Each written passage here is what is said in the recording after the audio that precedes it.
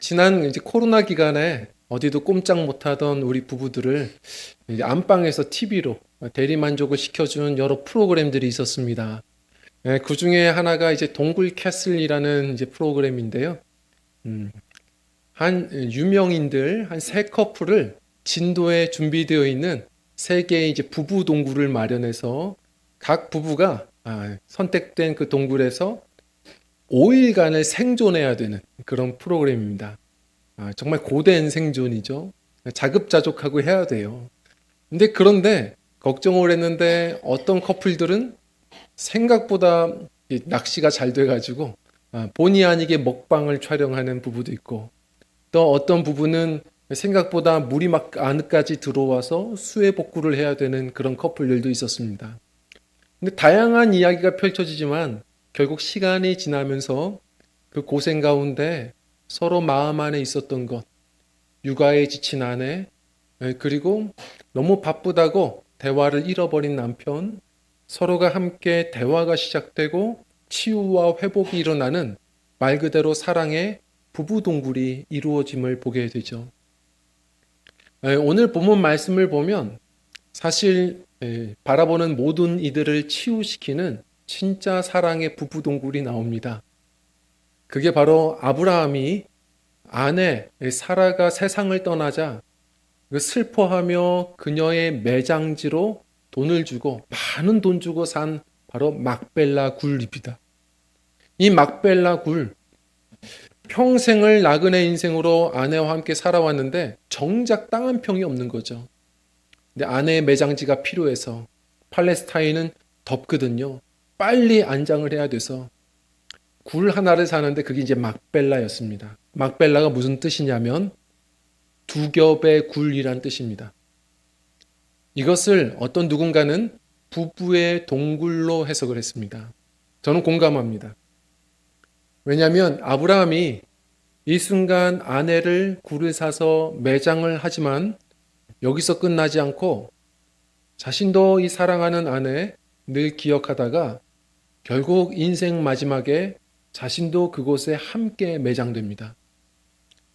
그리고 그 모습을 아름답게 여겼는지 그것이 그 부부의 행보가 길이 되어서 그 아들 이삭도 그 아내, 그러니까 며느리죠, 리브가도 함께 그 바로 이 막벨라 굴에 같이 매장됩니다. 여기서가 끝이 아닙니다. 그것에 또한 아름다움을 느꼈는지 파란만장한 인생을 살았던 바로 그 손자죠, 야곱도 그 아내 레아도 부부가 또 3대째로 막벨라 굴에 묻히게 됩니다. 부부의 굴이죠. 오늘 말씀을 한번 우리 생각해 보면서 성도의 가정은 어떤 가정인가? 우리 주님께서 또 이렇게 맺어주신 부부라는 의미가 어떤 의미인가를 한번 깊이 좀 생각해 보려고 합니다. 성도의 부부는 막벨라 굴입니다. 그것은 어떤 뜻이냐? 우선 첫 번째로는요, 부부는 함께 살아가야 하는 존재라는 겁니다. 우리 한번 첫 번째로 읽어보도록 할까요? 우리 같이 읽겠습니다. 시작. 함께 살아가야 합니다. 아멘. 당연한 이야기죠. 그렇지만 요즘에 보면 당연한 것 같지는 않습니다.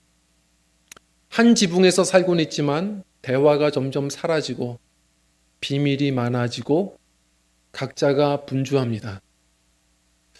함께 살아가고 있는지를 한번 돌아보셔야 됩니다. 제가 일찍부터 좀 이제 결혼 주례들을 하다 보니까요, 이제 비슷한 특징들을 좀 보게 됩니다. 결혼을 준비하는 이제 커플들이요, 이제 소개하고 또 주례를 이렇게 부탁을 하고 찾아와서 인사하면 저는 예전엔 좀 강하게 여러 가지 질문하고 그랬던 것 같아요. 근데 그렇게 얘기를 하잖아요. 가만히 이렇게 보면 특징이 비슷합니다. 막 서로가 저한테 민망해하고, 그리고 서로 얼굴 쳐다보면서 막 눈에 꿀이 떨어지고, 입에는 미소가 계속 참지 못하고 있고, 제가 괜히 장난스럽게 한마디 하면 서로가 이렇게 쳐가면서 막 알콩달콩하고, 그러면 제가 흐뭇하게 보면서 속으로는 생각하죠. 좋을 때다 생각합니다. 그러면서 한참 이따 질문을 한번 던져보거든요. 예전에 아주 강하게 했던 것 같아요. 이렇게 얘기합니다. 왜 결혼하려고 해요? 두 사람 왜 결혼하려고 하죠? 질문을 하면 다양한 이야기들을 해요. 처음에는 동공이 막 흔들립니다. 왜냐하면 생각해 본 적이 없거든요. 그냥 좋아서 하는 거죠. 그러다가 생각 끝에 얘기하죠. 행복해서요. 또 어떤 커플은 말합니다. 이제 함께 결혼하면 제 꿈을 이룰 수 있을 것 같아요. 다양한 대답들이 나옵니다. 물론 다 좋습니다. 그런데 성도님들, 하나님께서 처음 창조하셨던 그 가정의 가장 우선적인 목적이 뭐죠? 그것은 행복도 아니고 성공도 아닙니다. 행복하셔야죠. 성공하면 좋죠. 그런데 하나님께서 창조 시에 세우신 그 가정의 큰 목적은 행복과 성공이 아니라 연합입니다. 우리 말씀을 한번 좀 읽어보길 원하는데요. 창세기 2장입니다. 우리 한번 23절부터 25절까지 다 읽어보겠습니다. 시작. 아담이 이르되 이는 내 뼈 중에 뼈요 살 중에 살이라. 이것을 남자에게서 취하였은즉 여자라 부르리라 하니라.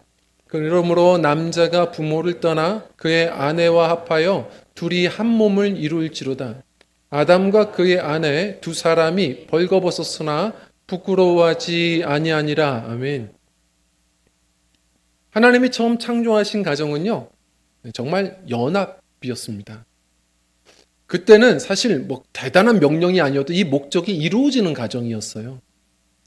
하와를 창조하시고 아담에게 이렇게 보여주시니까 아담이 곧바로 그렇게 노래했습니다. 이는 내 뼈 중에 뼈요, 살 중에 살이라. 자, 처음 에덴에서는 그랬는데요. 이 아담과 하와가 나중에 죄를 짓죠. 죄를 짓고서는 이 가정이 마구 깨어지기 시작하는데 어떻게 되죠? 뼈 중에 뼈요 살 중에 살이로다. 이게 무슨 말입니까? 당신은 납니다 라는 뜻이에요. 당신은 나예요. 나는 당신입니다. 이거였거든요. 근데 죄를 짓고 나서 곧바로 아담이 하와에게 뭐라고 말합니까? 하나님, 당신이 소개해 준 그 여자가 순간 또 나뉘어집니다. 우리가 지금 살아가는 가정은 사실 이런 아담의 가정사 안에 있습니다. 그렇게 감정으로 뜨거울 때에는 뼈 중에 뼈요 살 중에 살이로다. 우리도 그러면서 감정이 식어지고 상처가 조금 생기면 어느 순간 마음이 나뉘어져 버리죠. 대화가 사라지고요. 그러면서 서로가 좋지 않은 상상들을 하기 시작합니다. 성도님들, 그래서 주님께서 하신 말씀은 너희들은 사랑하기에 힘쓰라. 사랑하는 게 힘드니까 힘쓰라고 하는 겁니다. 우리 성도들은 바로 주님께서 세우신 가정, 하나님이 짝지어 주셨다는 것을 믿고 하나 되기에 힘쓰는 성도들, 연합을 가장 최고의 목적으로 여기는 그런 부부들이 되어야 하는 줄 믿습니다. 사실 어떤 분들은 그러실 겁니다. 목사님이 몰라서 그렇습니다. 우리 남편이 무슨 일을 했는데요? 우리 아내가 어떤 사고를 쳤는데요? 참고 사는 것도 용합니다. 자녀 때문에 삽니다. 그렇게 얘기하시는 분들, 지금도 하고 싶으신 분들 있으실 겁니다. 저는 우리 각 성도님들의 가정에 무슨 일이 있는지 전혀 모릅니다. 그래서 함부로 말하는 것일 수도 있습니다. 그러나요, 무슨 일이 있으셨는지 모르지만 두 분을 하나 되게 하신 분이 누군지는 압니다. 그리고 그 가정을 치유하시고 새롭게 하신 분이 누군지는 압니다. 우린 성도입니다. 늘 항상 십자가에 서서 내가 먼저 미랄이 되어서 하나님께서 꿈꾸시는 진짜 공동체예요. 그런 부부가 하나 되고 가정이 하나 되고 그렇게 영적인 가족, 교회가 하나 되는데 쓰임받을 수 있는 그러한 평화의 다리를 놓는 주의 성도들이 되어야 하는 줄 믿습니다. 아니, 완벽한 사람이 어디 있습니까? 아브라함이요? 믿음의 조상이요? 그는 사라가 사실은 그 충격부터 시름시름 앓지 않았을까 저는 싶습니다. 그가 애굽에 내려갔을 때 어땠습니까? 2번이나 그랬습니다. 자신이 위기를 얻자 이쁜 아내를 팔아먹었습니다. 상처를 줬죠. 야곱은요, 평생 사기꾼 같았습니다. 그의 뒤를 따르는 건 참 쉽지 않은 일입니다. 성도님들, 다양한 이야기들이 있습니다. 그럼에도 불구하고 우리 믿음의 조상들은, 이 족장들은 하나님이 짝지어 주신 것을 믿었습니다. 그리고 이렇게 저렇게 방황해도 결국은 함께 막벨라 굴로 들어가는 겁니다. 어떠한 사단이 우리를 분리시키고 많은 좋지 않은 상상을 주어도 대화하기에 힘쓰고 연합하기에 힘쓰는, 그래서 주님이 주시는 또 에덴의 기쁨을 맛보는 가정들, 어떠한 상상을 줘도 선포하십시오. 우리 부부는 막벨라 굴로 나아갈 거야. 사단이 틈타지 못하는 그런 작은 천국들을 이루어 가셨으면 좋겠습니다. 예전에 카일 아이들먼이 썼던 제자인가 팬인가 제자인가라는 어떤 이런 책을 보면 거기에 이 목사님이 한 일화가 생각해 볼 법한 게 담겨 있습니다. 이 목사님이 한 번은 노 부부의 신방 요청을 받아서 가게 되죠. 갈 수밖에 없었습니다. 다른 거 다 제쳐두고라도. 왜냐하면 이 남편분이 암투병을 하시면서 참 힘겨워졌어요. 방사선 치료를 계속 받다가 온몸이 다 쇠약해지셨습니다. 근데 이 남편도 위로해야 되지만 그 가정은 아내를 또 위로해야 되거든요. 지쳤을 거예요. 그래서 이 아내의 부탁에 이 나이 드신 여집사님의 이 부탁에 목사님이 곧바로 가서 신방을 했습니다.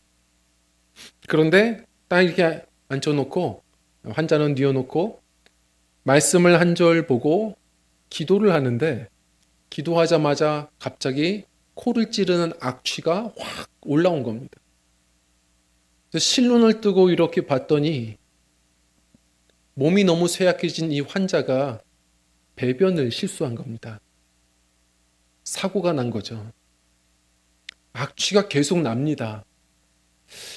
너무 민망할 것 같아서.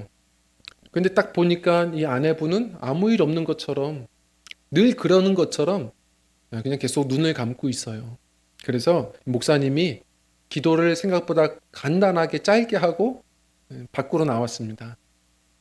그랬더니 이 아내분이 늘 하던 것처럼 그 안에서 한참 시간이 걸려요.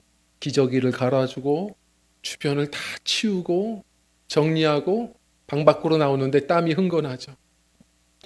이 아내분이 지쳤겠다 생각해서 무슨 위로를 해야 되나 이렇게 보고 있는데 방을 나오자마자 환하게 웃고 목사님을 바라봅니다. 씩 웃으면서 그 나이 드신 여집사님이 했던 한마디가 이 목사님을 가슴을 울렸죠. 씩 웃으면서 하시더래요. 아플 때나 건강할 때나. 그러면서 웃으시더랍니다. 무슨 얘기죠? 결혼하신 분들은 다 기억하시겠지만 혼인할 때에는 항상 서약을 합니다. 늘 우리는 그때는 외우기도 했죠. 슬플 때나 기쁠 때나 아플 때나 건강할 때나 종신토록 남편과 아내를 사랑할 것을 하나님과 내빈들 앞에서 서약하십니까? 우리는 네 했고 주례자가 안 들립니다 하면 더 크게 네 했고 그렇게 연거푸 네 하면서 결혼식을 마쳤죠. 그 시간에는 그게 무슨 의미인지 몰랐죠. 그냥 목소리만 키우면 된다 생각했지만 우리 살아가는 인생 속에 그것이 눈앞에 펼쳐지는 순간이 옵니다.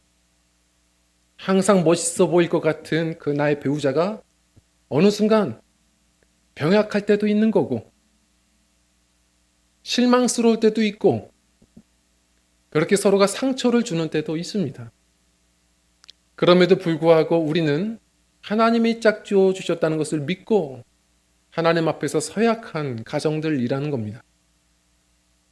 이럴 때도 있고 저럴 때도 있지만 하나님이 때로는 받는 사랑, 때로는 주는 사랑으로 나그네 인생길에 주신 선물로 믿고 함께 서로가 연합하기에 힘쓰는 가정될 때 바로 우리 인생 속에 순간순간 다시 기쁨은 찾아올 것이고 어느 순간 그렇게 살아가는 부부를 바라보면서 이삭과 야곱과 같이 부모가 걸어간 그 길을 자녀들이 따라가며 아름다운 가정을 함께 이뤄가는 믿음의 명문 가정들이 세워지리라 믿습니다.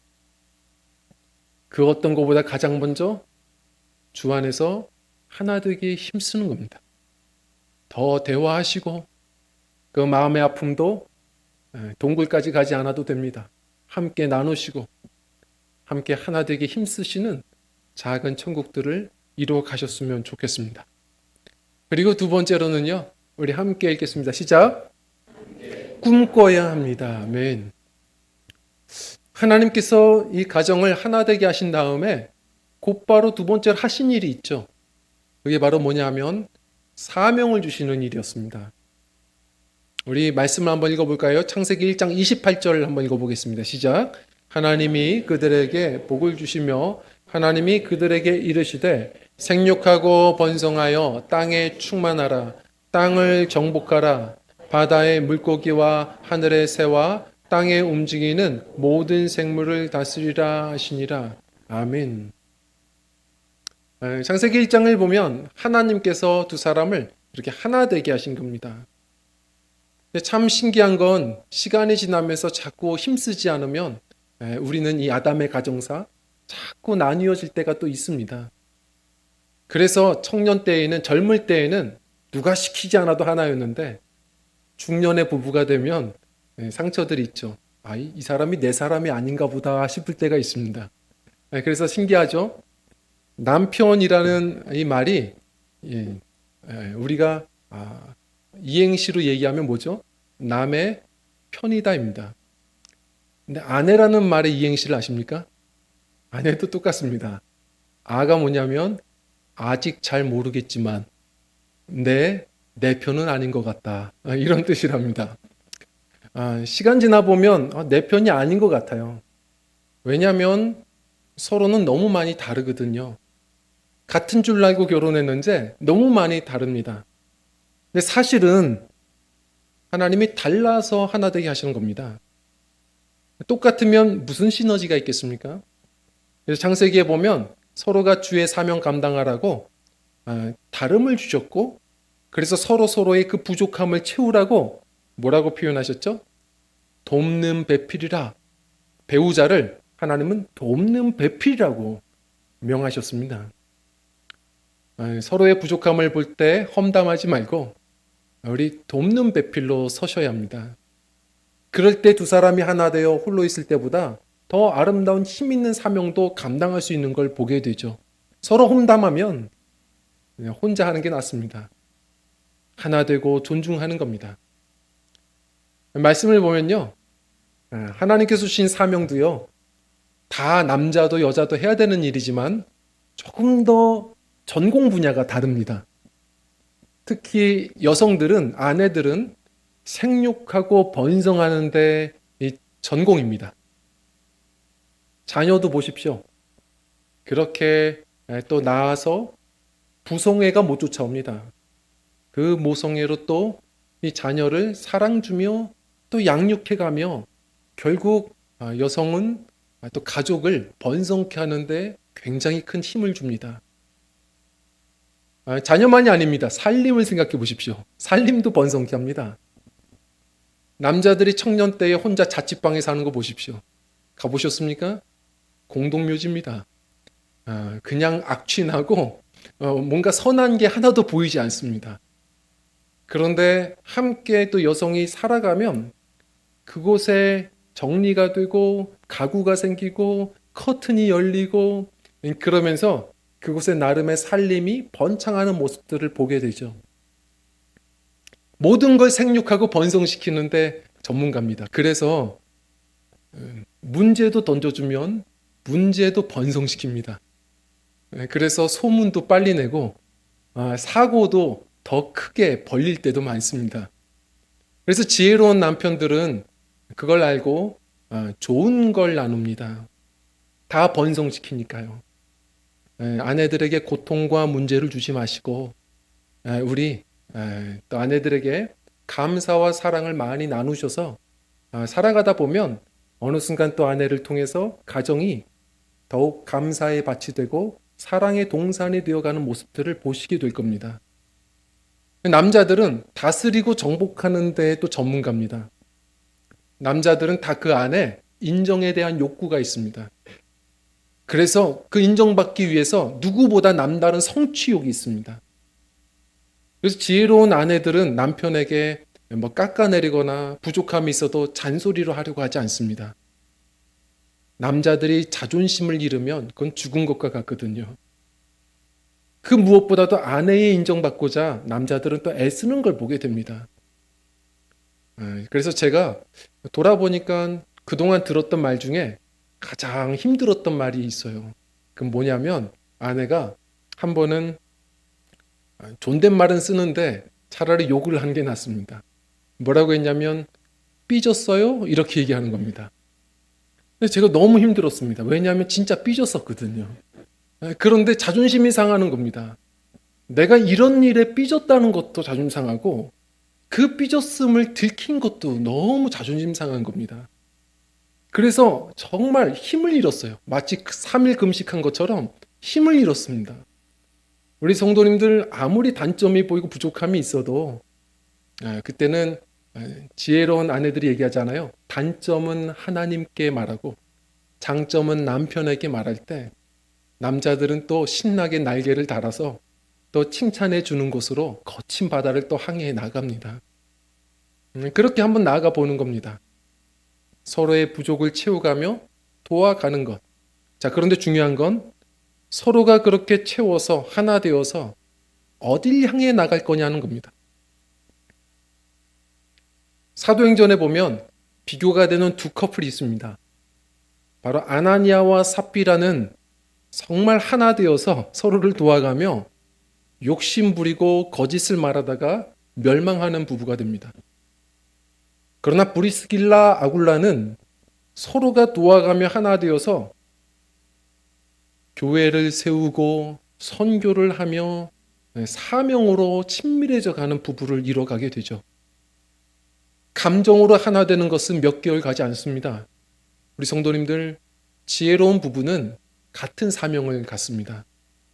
하나님이 우리를 하나 되게 하신 목적이 있다 믿고 기도하고 구해서 비교할 수 없는 그 가정에 주신 그 사명을 향해 나아가는 그 부부는 행복합니다. 그리고 믿음의 열매가 있습니다. 성도님들께 여쭙겠습니다. 가정의 사명이 있으십니까? 부부의 요즘 사명은 무엇입니까? 그것 없으면 똑같이 둘이 되어서도 마구잡이로 사는 것이 됩니다. 오늘 아브라함이 막벨라 굴을 삽니다. 어떻게 사죠? 말씀을 한번 보면요.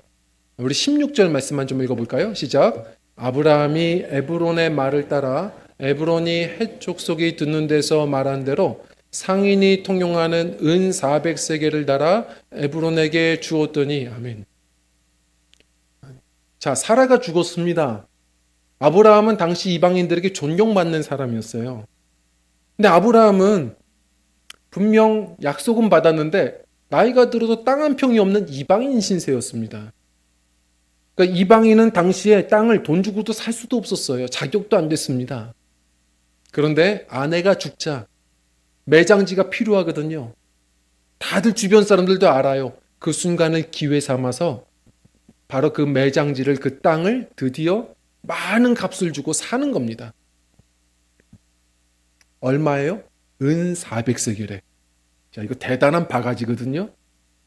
예를 들어서 한 세겔은 당시의 고대에는요 4일의 품값입니다. 뭐 여차저차 계산해 보면 따져보면 한 2억 원 정도 생각하시면 됩니다.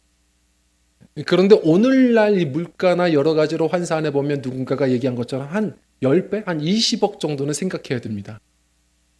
무슨 매장지 굴 하나 사는데 이렇게 비쌉니까? 예를 들어서 예레미야 선지자가 이후에 아나도 밭을 샀을 때 그 밭의 값이 은 17세겔이었습니다. 다윗 왕이 아라우나 타작 마당을 후하게 쳐서 그 밭을 샀을 때, 마당을 샀을 때 그때는 은 50세겔이었습니다. 지금 아브라함은 대단히 바가지를 쓰고 있죠. 왜 이러는 걸까요? 물론 이 햇사람들이 아브라함을 존경해서 그냥 쓰세요. 그냥 쓰세요. 3번이나 했습니다. 근데 아브라함은 굳이 얼마인지를 물어보면서 충분한 가격을 그들에게 주어버립니다.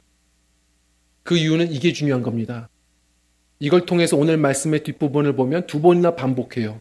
이 일을 통해서 그 밭과 굴이 아브라함의 소유로 확정되었느니라. 이게 중요합니다. 아브라함은 확실한 징표를 원했습니다.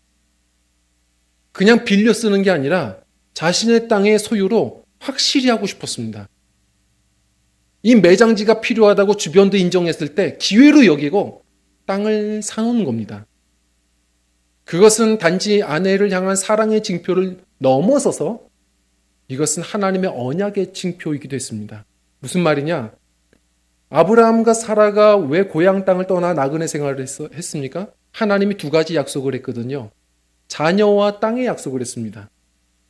그런데 평생을 살아도 아직 땅 한 평이 없습니다. 그런데 아브라함은 하나님을 믿었습니다. 하나님의 때가 있겠지. 그래서 자신의 후손의 때에라도 이 땅, 이 가나안이 우리의 것이 될 수 있을 거야.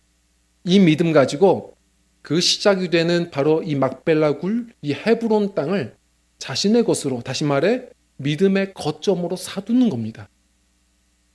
그래서 결국은 족장들이 다 그곳에 묻히게 되면서요. 나중에 어떻게 되죠? 고대 사회는요. 나중에 혼란스럽고 전쟁이 일어나고 나중에 질서가 생기면 이 땅이 누구의 땅이냐? 어떻게 확실히 하죠? 이 땅이 우리 땅이라고 우기려면 가장 확실한 방법은 조상들의 묘가 있어야 됩니다. 아브라함은 끝까지 후손들에게까지 믿음을 꿈을 나누었습니다. 그게 사명이었습니다. 그래서 아시다시피 출애굽한 이후의 백성들이 가나안에 도착하자마자 위대한 갈렙이 먼저 요구했던 게 이 막벨라 굴이 있는 헤브론 땅이었습니다. 그리고 다윗이 처음으로 왕으로 올라서서 통치했었던 자리가 바로 이곳 헤브론이었습니다. 지금도 유대인들은요, 아랍의 위협이 있어도 바로 이 막벨라 굴이 있는 이곳에 가서 그들은 계속 기도합니다. 이곳은 믿음의 후손들에게까지 여전한 믿음의 거점이 되었습니다. 우리 성도님들은 요즘 시간과 열정을 다해서 무엇을 사고 계십니까? 그 부부의 사명은 무엇입니까? 막벨라 굴이 있으십니까? 땅을 사라는 얘기가 아닙니다. 우리 믿음의 선배들은 다 있었습니다. 예를 들어서 우리 일제강점기에는 하나님의 거룩한 교회를 꿈꿔가면서 힘들지만 우리 믿음의 선배들 신사참배에 저항하고 말씀 운동을 하면서 수없는 순교의 피를 흘린, 우리는 그래서 순교자들의 묘역이 곳곳마다 있는 영적인 부흥을 이룬 나라가 되었습니다. 하나하나가 다 막벨라 굴입니다. 그리고 우리의 기도하는 어머님들, 하나님만이 소망이라고 여겨서 기도하고 기도하다가 우리나라는 신기하죠? 산에도 들에도 기도원에도 곳곳에 수많은 기도굴, 이게 막벨라 굴입니다. 기도의 사명을 이루었습니다. 그리고 가난하고 어려웠던 이 나라가 가정들이 또 선교를 목표로 삼아서 지금 이 나라는 168개 국가에 선교를 또 이루어가는 그런 선교 대국이 되어버렸죠. 많은 복음의 우물을 팠습니다. 저는 궁금한 건 지금은요. 지금 한국 교회는 어떤 사명이 있습니까? 우리 드림 교회는 어떤 사명이 있나요? 그 시작이 되어야 할 우리 작은 교회들, 각 가정들은 지금 어떤 사명을 가지고 계십니까? 사명은 짐이 아니라 날개입니다. 부부가 더욱 하나 되는 아주 좋은 사랑의 도구입니다. 우리 기도하며 우리 가정의 달, 우리 연합하기에도 힘쓰지만 이 가정 하나 되게 하신 하나님의 목적을 기억하고 기도하며 사명을 굳건히 세워가는 복된 시간들이 되셨으면 좋겠습니다. 말씀을 정리하려고 하는데요. 저는 이 부부하면 강용우 박사가 생각이 납니다. 강용우 박사는 유명하죠. 어렸을 때의 부모님을 잃고 거기다가 실명당하면서 어렸을 때부터 절망 가운데 살았습니다.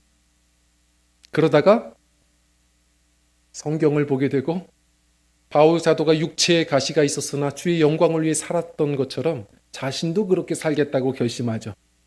꿈을 가졌습니다. 점자책을 붙들고 자기가 할 수 있는 공부를 열심히 하기 시작했죠. 그 모습에 감탄했던 당시의 자원봉사자, 여대생이었죠. 서근옥 여사가 바로 이분을 열심히 도와주다가 친밀해져서 결국 결혼까지 하게 되죠. 두 사람이 날개가 달려서 결국은 그 누구도 할 수 없었던 백악관, 국가장애인, 그 정책 차관보로서 또 영광스러운 사역을 감당도 하게 되셨습니다. 그런데 아십니까? 두 분의 부부가 참 아름답게 연합을 이루어가며 꿈을 이뤄갔죠. 서근옥 여사의 이 책 중에 이런 책이 있습니다. 나는 그대의 지팡이, 그대는 나의 등대.